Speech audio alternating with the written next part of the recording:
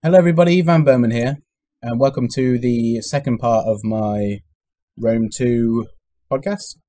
Unfortunately, I've had to make another one because of the amount of hate which is going around about Rome 2, which I think is, quite frankly, totally unjustified in some respects. And we do have, of course, people are having a lot of graphical issues and a lot of slower frame rates and all that sort of stuff. And compared to some of the issues that people have been having, despite the fact I'm upset about it not working perfectly, I've actually got a pretty good setup, really. But a lot of people are having a go at Creator Assembly for many things, and it's to do with the game mechanics as well, not just the FPS and the frames per second, obviously, and the graphics. I'm just going to read you a list of ones which someone has posted on the Steam forums, and then I will tell you if it's affected me or not. Okay, so apparently we have terrible AI, unplayable siege defense, port defense battles, very scarce land battles, random flag spawns that eliminate any kind of tactics when you do get that rare land battle, diplomacy breaking bugs, ships floating through land, and the AI spam javelin slingers. Annoying, yes, but nothing 2 units of light cavalry can't destroy. Right, this guy's been playing the game for 5 hours. So, terrible AI. Is the AI terrible? Well, I've only been playing on normal.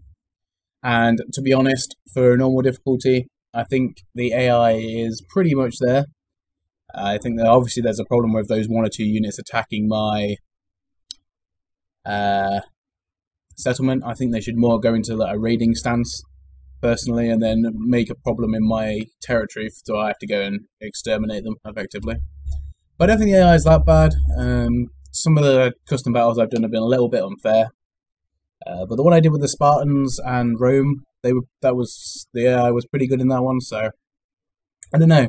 I'm not sure I see it to the same extent that person does, but then again, I haven't actually fought that many battles myself, really. But I don't know, it doesn't seem that much different to Shogun, if I'm honest, in terms of the battle, in terms of the AI. I don't think it's improved since then, but I don't think it's got worse.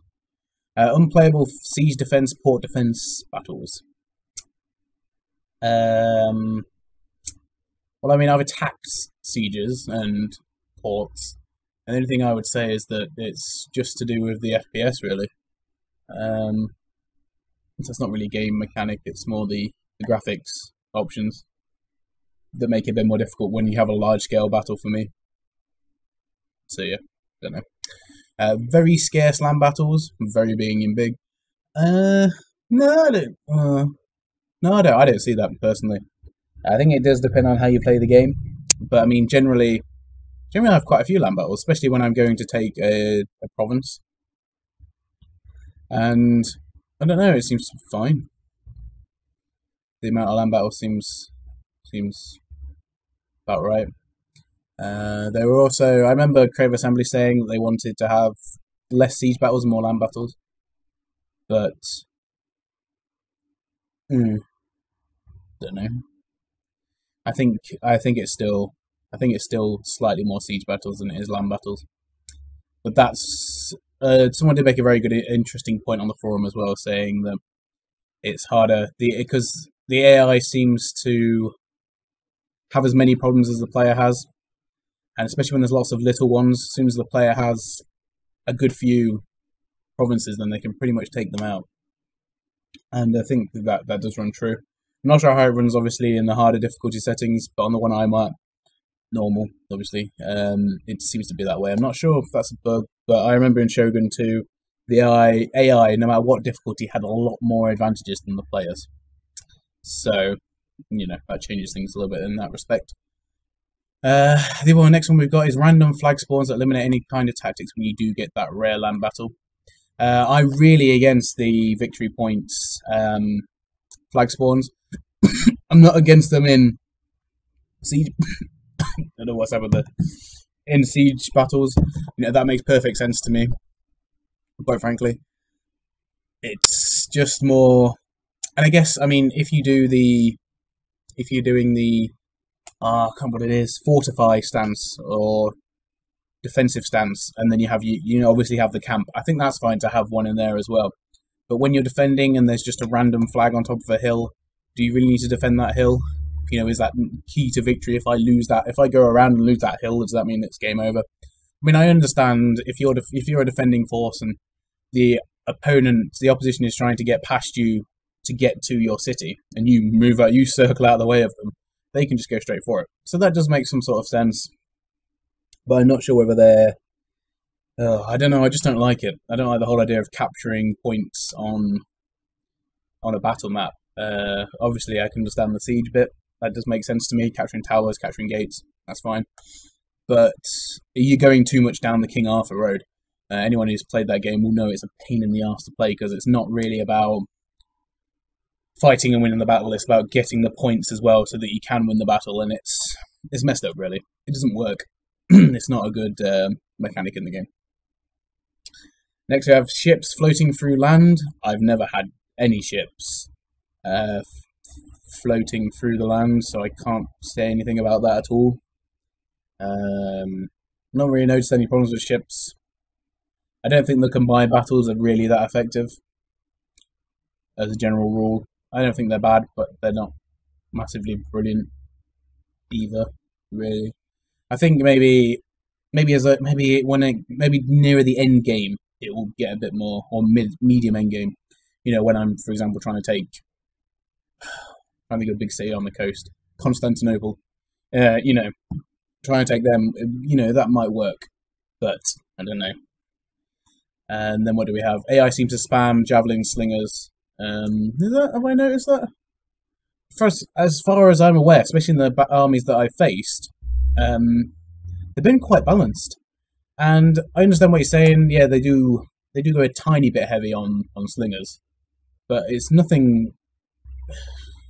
It's nothing groundbreaking. It's nothing that makes it too easy at all. I mean, I think, as I say, they probably got one or two more units of them than they should have in a nice balanced army. So I don't have any problem with it. I think that's fine. I mean, if it's a problem that people are having, then maybe it just needs to be changed. But honestly, I've not noticed it. So yeah, that was what he was saying about how Imperial Assembly has destroyed the franchise, blah blah blah. Well, I didn't like Empire at all, and to be honest, I'd much rather play this than Empire.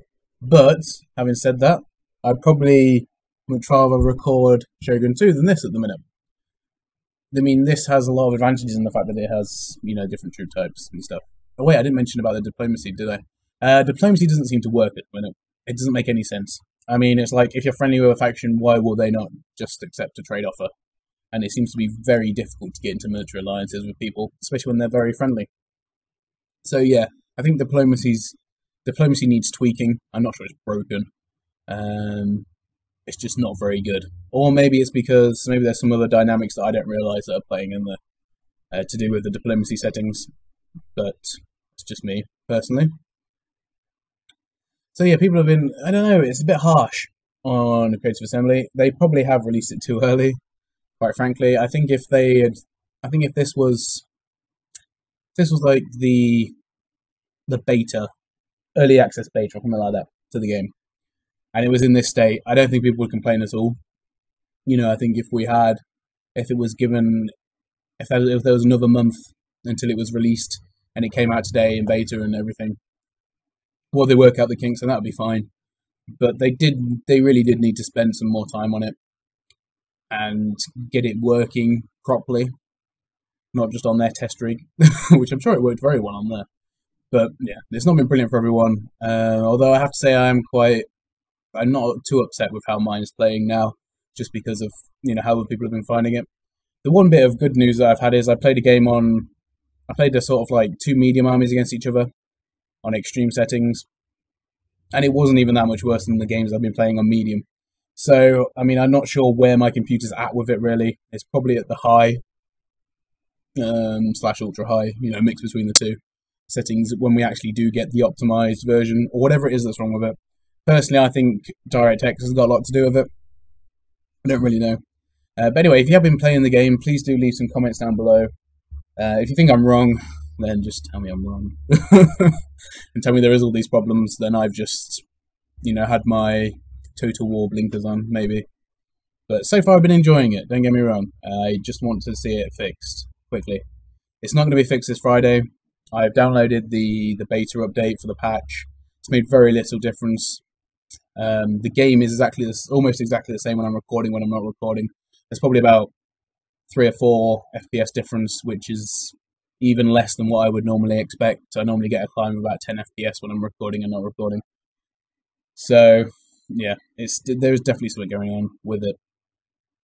And I don't really think I have anything else to say on it. If you guys think anything else about the game, about the problems with it, then please let me know down below in the comments. I will obviously reply. I'm always interested to hear people's opinions on it and see people's opinions on it. So yeah, hopefully I'll have some good news to bring to you on Friday. I mean, obviously this is only the beta of the patch, so I'm guessing they'll make changes of it. Or I guess they would have already made changes of it before. Well, I'm not sure when on Friday it comes out. I won't have a chance to play it anyway, so it's a bit disappointing. But I just wanted to make the point for Creative Assembly and just saying that, you know, there's not many companies really that deserve time or a little bit of time to fix the game if it's not come out perfect. But I do think Creative Assembly do. Sega maybe don't, but you gotta remember they're not.